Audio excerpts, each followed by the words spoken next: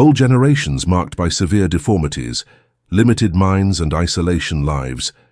The most degenerate families by incest, cruel diseases transmitted by generations of closed blood. A dark reality that remained hidden in the bowels of rural America for decades.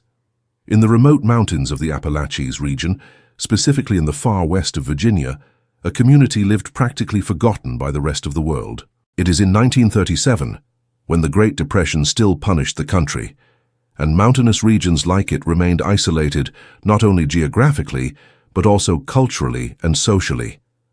The Calloway family settled in this region around 1850, when Jeremiah Calloway, a farmer from Pennsylvania, acquired cheap and unexplored lands.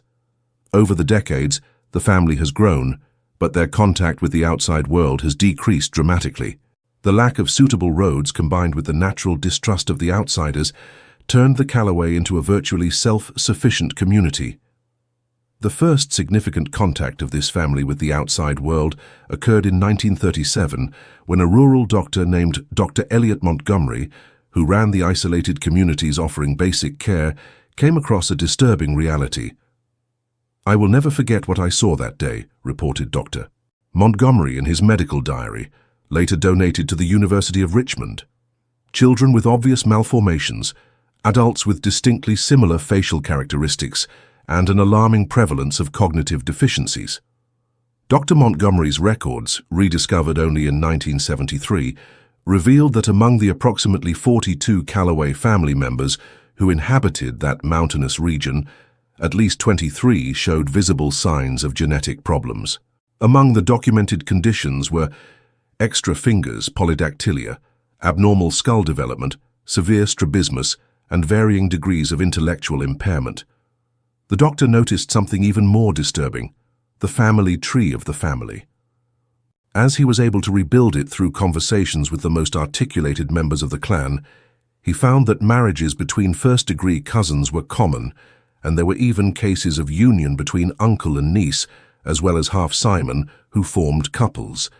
This was not just a geographically isolated family, it was a lineage that, by generations, had closed in itself, intensifying harmful recessive genes. One of the most striking images described by Dr. Montgomery was of 3 Calloway children, aged 6 to 12, who had remarkably similar faces, prominent tests, very close eyes, underdeveloped complaints, and the same empty expression. In the medical description, he noted that it seemed that the same face had been printed 3 times, each with small variations of the same underlying condition. The family patriarch at that time, Obadiah Calloway, a 67-year-old man who surprisingly had no obvious physical deformities, explained to the doctor, "We take care of ours. The outside world doesn't understand our customs. Here we keep our blood pure." Check it out if you are already subscribed to this channel. What you are about to find out goes beyond imaginable, revealing family secrets that society has tried to hide for decades. Do not lose any details of these forbidden stories that will change your vision on human nature. In 1952, 15 years after Dr. Montgomery's initial meeting with Calloway, another health professional turned his attention to this family. Dr. Harold Winters, a geneticist at the University of Virginia, had found Montgomery's daily doctors and decided to investigate this unique case of genetic isolation. Winters organized a small team that included an anthropologist, a nurse, and a photographer.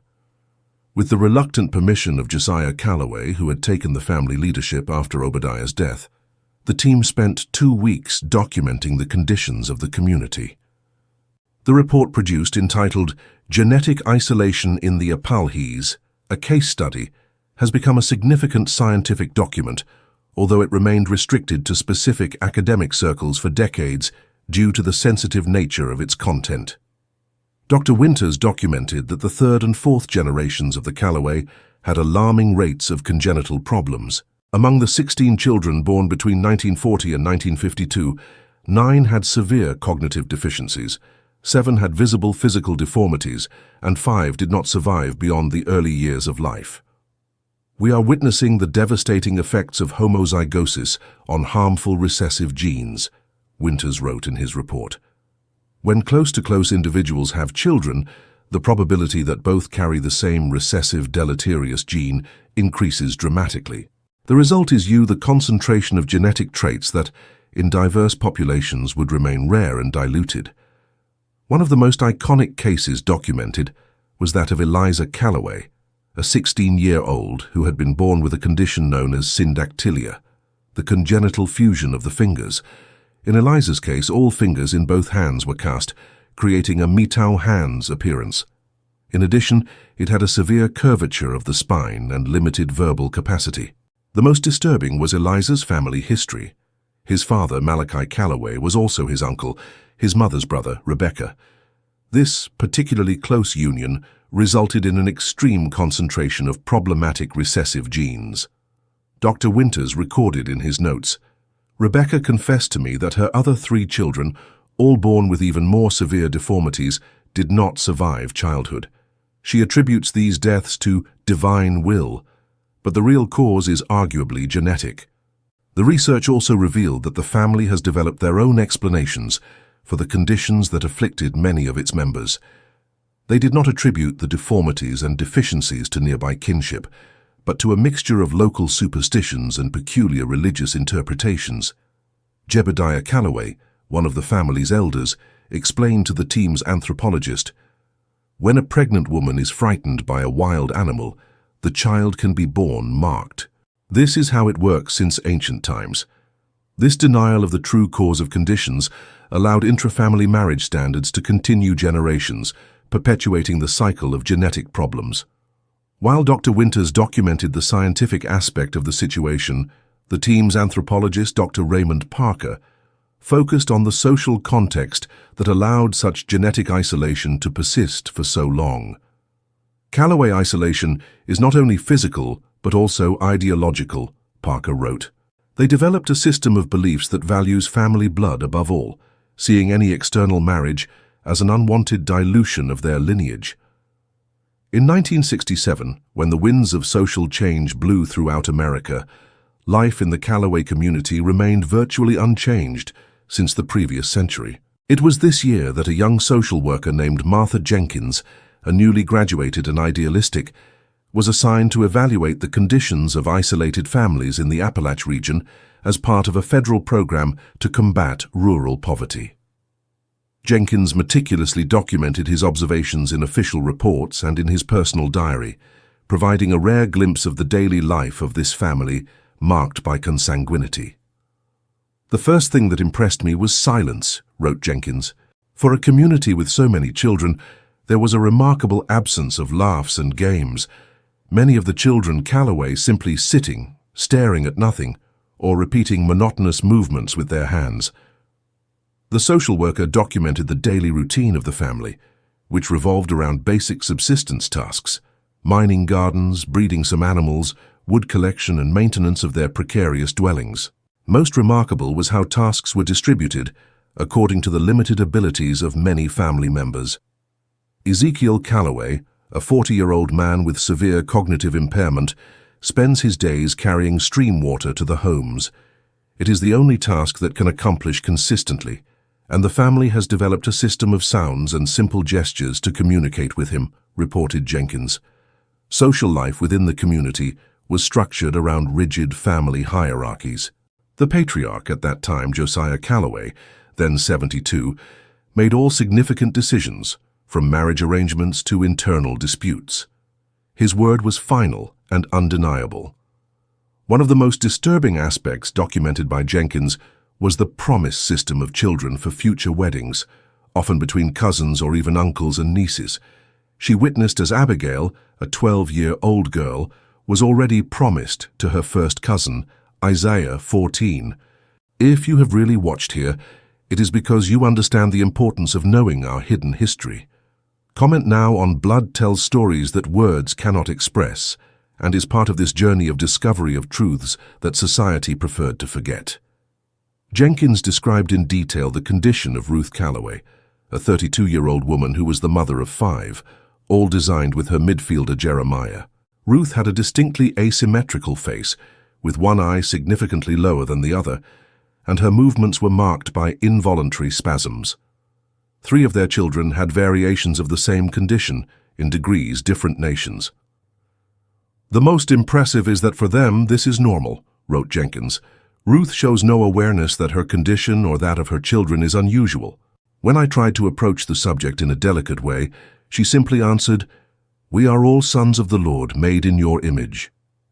The social worker also registered the presence of what the family called the fourth of the silence, a separate room in one of the main houses where family members were with the most severe disabilities, some unable to walk or communicate.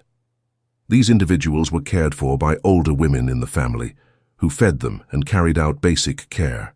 "The vision of that room will be forever recorded in my memory," wrote Jenkins. 6 people with ages ranging from 9 to 47 years old, all presenting severe deformities, lying on straw mattresses on the floor. The odor was almost unbearable, despite the obvious efforts to keep the place clean. The most disturbing was silence. Even when I approached, only one of them reacted with a low moan. In his official report, Jenkins recommended immediate intervention of social services, especially for children.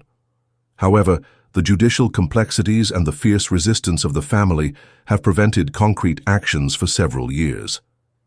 In 1978, the Callaway case gained new attention when Dr. Lawrence Richardson, a geneticist of the newly established Duke University Studies Center, got permission to conduct a comprehensive family study.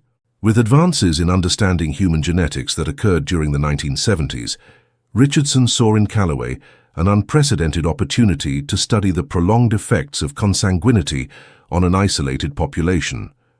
With a more sensitive and respectful approach than her predecessors, Richardson got the cooperation of several family members, especially after offering free medical care as part of the study.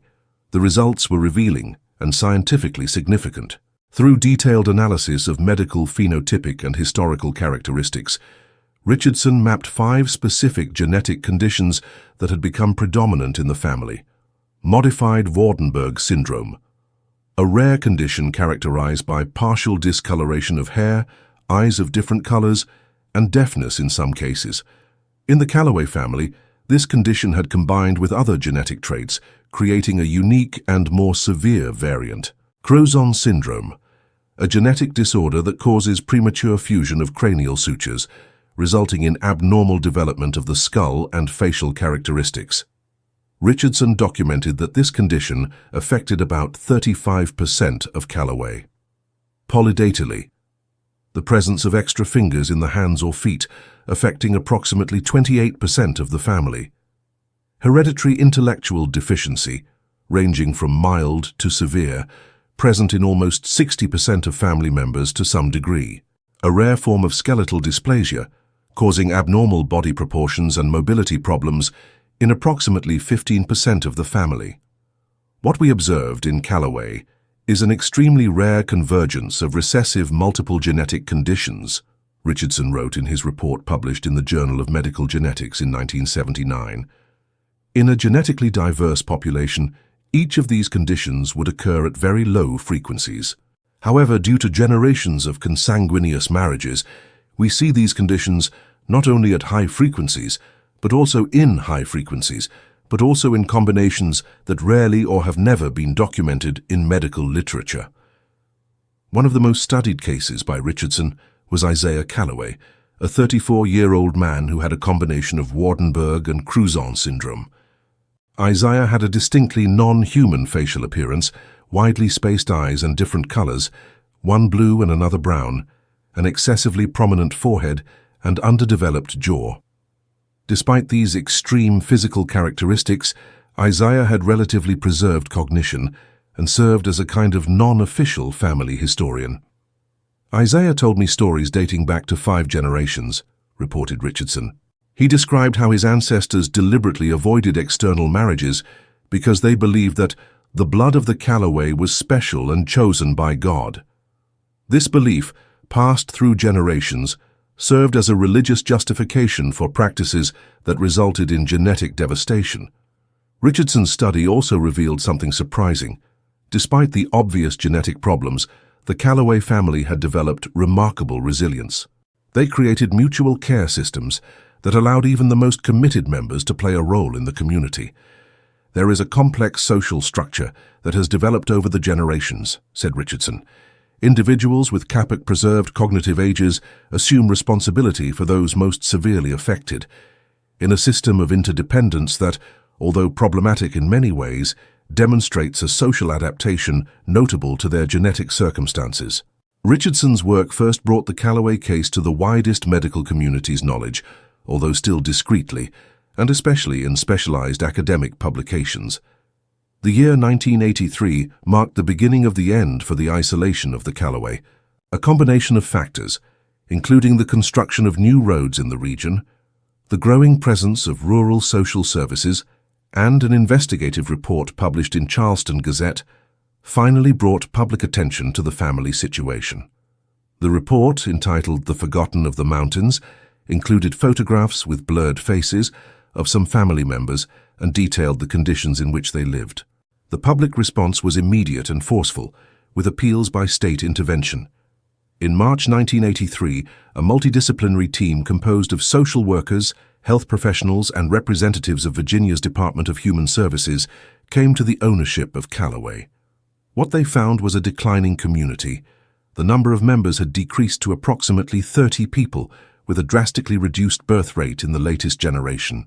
Jebediah Callaway, who had taken the leadership of the family after Josiah's death in 1979, initially resisted the external intervention, but eventually gave in when the officers explained that they had no intention of separating the family, only providing medical and educational assistance. "It was as if one door to another world had been opened," reported Catherine Williams, the social worker who led the team. Many of the younger Callaway, especially those with less cognitive commitment, have shown a huge curiosity about the world beyond their mountains. In the following months, several initiatives were implemented. Comprehensive medical examinations were performed on all family members. School children were gradually introduced to the educational system with specialized support. Adults with treatable conditions received medical attention, in many cases for the first time in their lives. One of the most striking stories of this period was Mary Callaway, a 17-year-old who, despite presenting the typical facial characteristics of the family, had above-average intelligence. After receiving glasses to correct his severe myopia and be introduced to educational materials, Mary demonstrated an extraordinary capacity for mathematics and an insatiable thirst for knowledge. In September 1984, Mary became the first Callaway to leave the mountains to study, enrolling in a special program at Roanoke's Community College. Her adaptation to the outside world was documented in a short article in the local newspaper where she stated, "I feel like it was born again. There is so much to learn, both to see." For older and more severely affected Callaway, the transition was more difficult. Many resisted changes, and some never completely adapted to increased contact with the outside world. One of the most significant aspects of the intervention was the genetic counseling offered to the family. For the first time, they received clear explanations of how consanguineous marriages had contributed to the health problems they faced. For many, this revelation was deeply disturbing and challenged fundamental beliefs transmitted for generations. Hannah Callaway, a 42-year-old woman who had given birth to 5 children with her first cousin, only 2 survived beyond her childhood, expressed her anguish in an interview recorded for the project archives. "If we knew, if anyone had told us, we thought we were doing God's will by keeping our blood pure." In 1989, 6 years after the initial intervention, a follow-up assessment revealed profound changes in the Callaway community. The original property now housed only 18 family members, especially the elders, and those with conditions that made it difficult to integrate into the wider society. Younger members of the family had dispersed, some studying, others working in nearby cities. The most significant, there was no new case of consanguineous marriage, and the few children born during this period were the result of unions with people from outside the family. Dr. Richardson, who continued to accompany his family over these years, published a final article on Callaway in 1991 entitled "Interruption of a Consanguineous Cycle, Social Interventions and Genetic Results." In it, he noted, "The case of the Callaway represents a human tragedy as an opportunity for learning. Generations of isolation and intra-family marriages have created a microcosm of genetic pathologies that we will probably not see again on this scale. More important, however, is the fact that this cycle was finally interrupted, offering future generations a chance to escape the genetic destiny that imprisoned their ancestors. Medical records, genetic studies, and social documentation related to Calloway have been preserved, with protected identities, in academic archives, serving as an important case study for geneticists, anthropologists, and public health professionals. They remain a dark testimony of the consequences of extreme isolation and prolonged consanguinity. If you watched so far, it is because you liked this story. Leave a comment saying, "I watched here," so I can meet you and know who really likes the stories here on the channel. And don't forget to subscribe right now to receive more impactful stories like this. Real stories that reveal the darkest secrets and the most tragic destinations of families marked by consanguinity through generations. Leave your like and share this video with someone you know would be fascinated by these disturbing revelations about the human condition.